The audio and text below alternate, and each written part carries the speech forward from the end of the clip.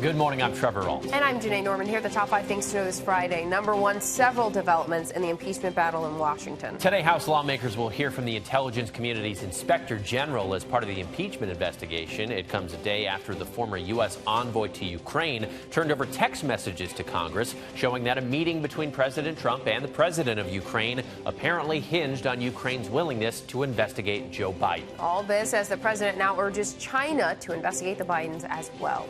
Number 2, a second whistleblower is now making news in Washington, this time stemming from the battle over President Trump's tax returns. The Washington Post says the complaint was filed by an official at the IRS. He's accusing a political appointee in the Treasury Department of trying to interfere with the audit program looking into the tax returns of the president or vice president. That audit process is supposed to be protected from political influence. On to number 3 now. We're now hearing from the jurors who convicted a former Dallas police officer of murdering her neighbor. 2 of them spoke exclusively with ABC News about their deliberations and the decision to sentence Amber Geiger to 10 years in prison. They felt prosecutors' request for a 28-year sentence was too severe, especially since Geiger was expressing remorse. They told ABC's Marcus Moore that Botham Jean was always in their thoughts.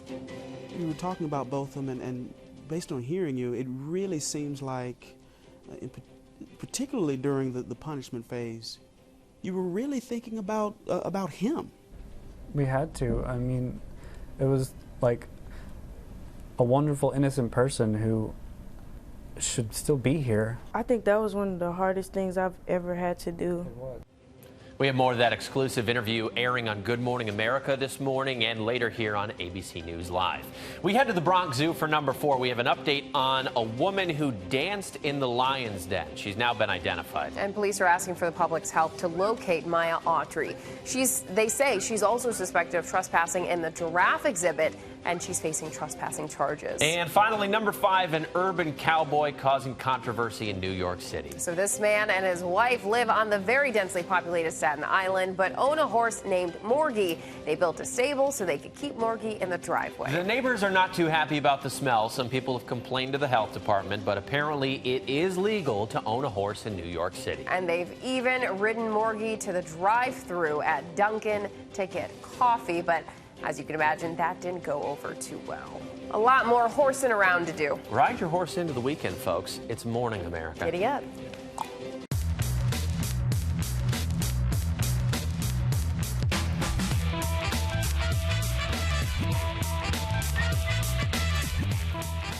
All right, Trevor Ault here. Hey. Joining us on this Friday. Here I am. So glad to have you back. A pleasure. Let's get to that big story. Several developments from the impeachment battle in Washington. We're learning more about the text messages provided to Congress by the former U.S. envoy to Ukraine. The messages could be crucial evidence in the impeachment investigation. Also this morning, more Republicans are coming to the president's side, defending his actions just hours after he brazenly called on China to investigate Joe Biden. It's a whole lot to wrap your head around. ABC's Serena Marshall's following all of these new details. Serena, good morning. What do you got for us? Trevor, Janae, good morning to both of you. And overnight, more of those text messages that were provided to Congress have been made public, and some of them seem to imply a meeting between the two world leaders was predicated on an investigation of Joe Biden. A new request coming from the president. China should start an investigation into the Bidens. Boldly urging China to investigate Joe Biden and his family, even as he faces possible impeachment for asking Ukraine to do the same thing. And days before Beijing officials arrive in the U.S. to resume trade talks. Joe Biden's son Hunter has had business dealings in both China and Ukraine while his father was vice president. But in both cases, there has been no evidence of any wrongdoing. This as the president's former envoy to Ukraine, Kurt Volker, testified on Capitol Hill for more than 10 hours behind closed doors, handing over damning text messages that go back months, including one with a top aide to Ukraine's president that happened in the hours before President Trump spoke with the leader.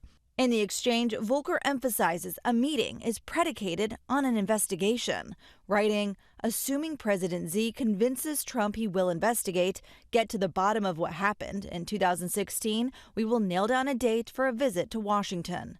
A few weeks later, State Department officials drafted a statement for Ukraine's leader that would have committed him to investigations of President Trump's rivals. The statement was never released, but days later, the president's trip to Poland, where he would have met with Ukraine's President Zelensky, canceled. At this point, the top American diplomat in Ukraine, Bill Taylor, texted this asking, "Are we now saying that security assistance and White House meeting are preconditioned on investigations?" The response coming from the U.S. ambassador to the European Union, Gordon Sondland. He responded, "Call me." 1 week later, Taylor expressing outrage, writing, "I think it's crazy to withhold security assistance for help with a political campaign." Sondland replies, "I believe you are incorrect about President Trump's intentions. The president has been crystal clear, no quid pro quo of any kind." But Sondland then adding, "I suggest we stop the back and forth by text." Republican lawmakers on Capitol Hill argue those text messages show no evidence of a quid pro quo. Meanwhile, though, they had trouble defending the president's latest comments on China. You guys? Certainly has been a busy week, Serena. Thank you. Yeah, so much going on. And President Trump... Oh, sorry, Serena, I cut you off. Oh, I was going to say, and this is the first interview that members on Capitol Hill conducted yesterday, so we can expect a lot more to come in the next few weeks. Just getting started. Yeah, no rest for the weary. Nope. Of course, we've got even more on this. President Trump doubling down now, publicly calling on China to investigate Joe Biden. And we're learning it was apparently not the first time he mentioned Biden to the Chinese president. CNN is reporting that the president raised the political prospects of Biden and fellow candidate Elizabeth Warren in a conversation with President Xi Jinping a month before his controversial call to Ukraine. ABC's Brad Milkey has more on the president's bold move. Yeah, ever since the rough transcript of that call with Ukraine was released, President Trump said there was nothing wrong with it. Well, that led people to ask, then why are records of it being locked away on a secret server? Well, now President Trump is making similar requests out in the open for everyone to see. Speaking to reporters at the White House yesterday, President Trump said he'd like China to investigate his top political rival's family. China should start an investigation into the Bidens, because what happened in China is just about as bad as what happened with Ukraine. Now, he said he had not brought this up with President Xi Jinping, though he very well might. And I asked ABC's Karen Travers, who covers the White House, to put this in perspective for us. I think this was really shocking because if we had learned about this in a week, that the president on a phone call with China's President Xi said that, it would be another massive scandal here in Washington, another controversy. Instead, he says it right there at the White House, and it adds another element to this, that he really does believe he is doing nothing wrong here. Now, remember, with Ukraine, we had something they wanted. President Trump was withholding $400 million in aid at the time of that call. And so I asked Karen Travers, does he have that kind of leverage over China? And she said, Brad, don't forget, we are still negotiating a massive trade deal with them. We'll have a lot more on Start Here later this morning. Listen on Apple Podcasts or your favorite podcasting app. Janae, Trevor? Oh, that's going to be a good conversation between Brad and Karen there. And Russian President Vladimir Putin is heaping more praise on President Trump after coming to his defense, saying he sees nothing incriminating about the phone call to Ukraine. Now Putin is complimenting Trump on his foreign policy. He says it was a historic move for the president to hold talks with North Korea to defuse nuclear tensions. He made the comments as stalled talks are set to resume this weekend. Well, now to an update about the health of presidential candidate Bernie Sanders. The Vermont senator is said to be doing well after undergoing emergency surgery for an artery blockage. He's being treated at Desert Springs Hospital in Las Vegas. The hospital is known for its cardiac care and rehab center. Sanders' wife says doctors are pleased with his progress. He's doing great. It's exciting that he's going to be out of here tomorrow or the next day. We're going to be home on the weekend. He's been spending the last couple of days just having a good time, talking to people, friends and family, so many well-wishers that have called, and his friends. Well, Sanders' campaign says he will participate in the next debate on October 15th, but it's not clear when he plans to return to the campaign trail. In Florida, a birthday surprise turned deadly in the Pensacola area. A man shot and killed his son-in-law, who jumped out of the bushes to surprise him for his birthday. Christopher Bergen traveled from his home in Norway to surprise Richard Dennis, but police say Dennis was totally startled and mistook Bergen for a relative he'd argued with earlier. The sheriff calls it a horrible accident. So he turns on the back porch light, he steps out, and Mr. Bergen jumps out of the shadows, scaring Mr. Dennis. Mr. Dennis gets off one round, striking Mr. Bergen, killing him instantly. So our investigation has revealed that this was totally accidental. It was a really sad occurrence, and that no charges are warranted in this case. The sheriff is asking people to pray for that family.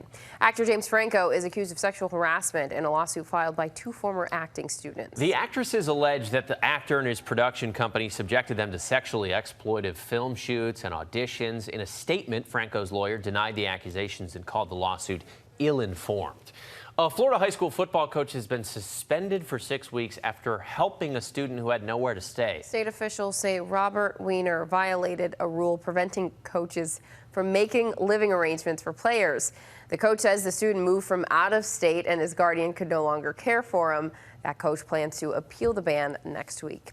A New York man is free this morning after spending 26 years behind bars for a crime he didn't commit. Carlos Weeks was convicted of murdering a 21-year-old man and seriously injuring a 10-year-old girl. This is back in the early 90s. 2 sisters had claimed they saw him commit the crime from their 12th floor apartment window in Brooklyn. On Thursday, a judge overturned the conviction after one witness recanted her testimony and another said she couldn't remember what happened.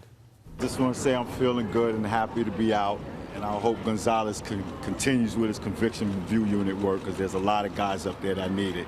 Thank you very much. How do you feel, Mr. Weeks? I feel great. I feel great. Are you angry? Man, I'm great.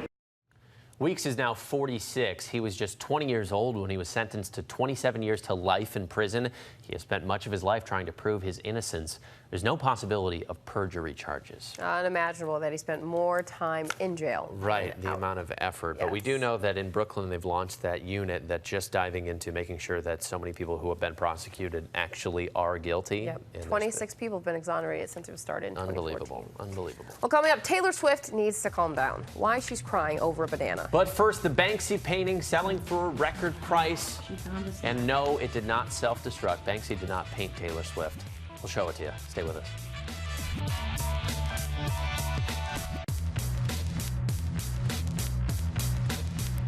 Welcome back. Now to the historic settlement just announced between MGM Resorts and the victims of the Las Vegas shooting massacre in 2017. The company is now agreeing to pay hundreds of millions of dollars, but one big question remains. Here's ABC's Marcy Gonzalez.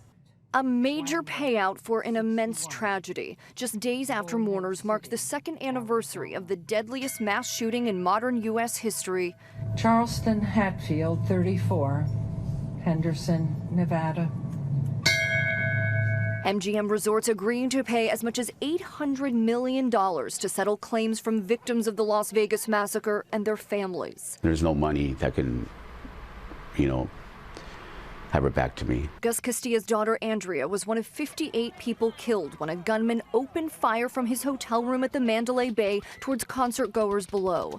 Chelsea Romo was one of the hundreds injured, the mother of 2 still recovering. I still have shrapnel all through my forehead. I have it all throughout my brain. The fact that I can stand on my right eye, they say, is an absolute miracle. MGM, which owns the Mandalay Bay, initially faced criticism for suing hundreds of victims preemptively in an attempt to consolidate all lawsuits into one federal case. The company now saying in a statement, "Our goal has always been to resolve these matters so our community and the victims and their families can move forward in the healing process." They have stepped up and done the right thing now.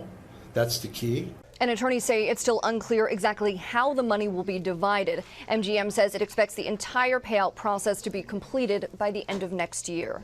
Marcy Gonzalez, ABC News, Los Angeles. Our thanks to Marcy. And now we head to Hong Kong, where the city's leader, Carrie Lam, has just announced a ban on protesters wearing masks as the territory's crisis escalates just days after a protester was shot by police. So we want to go across the pond to Lama Hassan in the London Bureau for the latest. Lana, good morning. Yeah, good morning to you. Fast-moving developments this morning. As you rightly said, Hong Kong's leader Carrie Lam just a short while ago invoking this emergency bill for the first time in 50 years that essentially prohibits protesters from wearing those face masks. And the idea behind this bill is to stop protesters from taking to the streets. That's the aim, is to quell these anti-government protests that have been going on for more than 4 months now. As you know, they have become bigger and they've become more violent and deadlier. One Indonesian journalist was blinded in the eye by a rubber bullet, and you know the story about the 18-year-old who was shot in the chest. Now, critics of this bill say actually it's not going to work. It's the opposite is going to happen. It's going to embolden the protesters, and it is going to galvanize them. Now, while we're on the topic of Hong Kong, I do want to draw your attention to this worrying story about our own team on the ground there, because there's a picture of them, of the correspondent Ian Pannell and his producer Carson Yu, that is making the rounds on social media, misinformation and misidentifying them as, quote, external advisors. Now, as we know, our team on the ground was solely there to cover the protest, just like any other international media outlet. All right. And Lama, in France, the Paris Police Department is in mourning as 4 people, including 3 officers, have been killed in a knife attack at police headquarters, wherein the suspect was actually an employee of the department. Yes, yeah. So we're getting more details about this man. We know that he has been identified as 45-year-old Michael Harpon. He was born in Martinique. He is a Muslim convert, had been working as an IT advisor, administrator at Paris's police headquarters. And shortly before 1 p.m. yesterday, marauding from office to office, armed with a knife, he stabbed 4 of his colleagues, killing them before he was taken down himself. Now, we don't know the motive yet. Investigators do not believe it is terror-related. They do say they are keeping an open mind. A murder investigation has been launched. We understand that his wife has been taken into questioning and his property is being searched as investigators are trying to piece together why this attack took place. You know, Lama, they say one of the bright sides of government that's malfunctioning is that it can lead to decent or pretty good art. We've been following the Brexit negotiations devolving in Parliament. Is that the inspiration behind this Banksy painting that just sold for a record $12.2 million? I know, isn't it just brilliant? Yes, I think a lot of people would agree with you on that. Sadly, no, it is not. It was painted in 2009, as you rightly said, by Banksy, and it is called Devolve Parliament, and it depicts chimpanzees in the place of politicians in Parliament.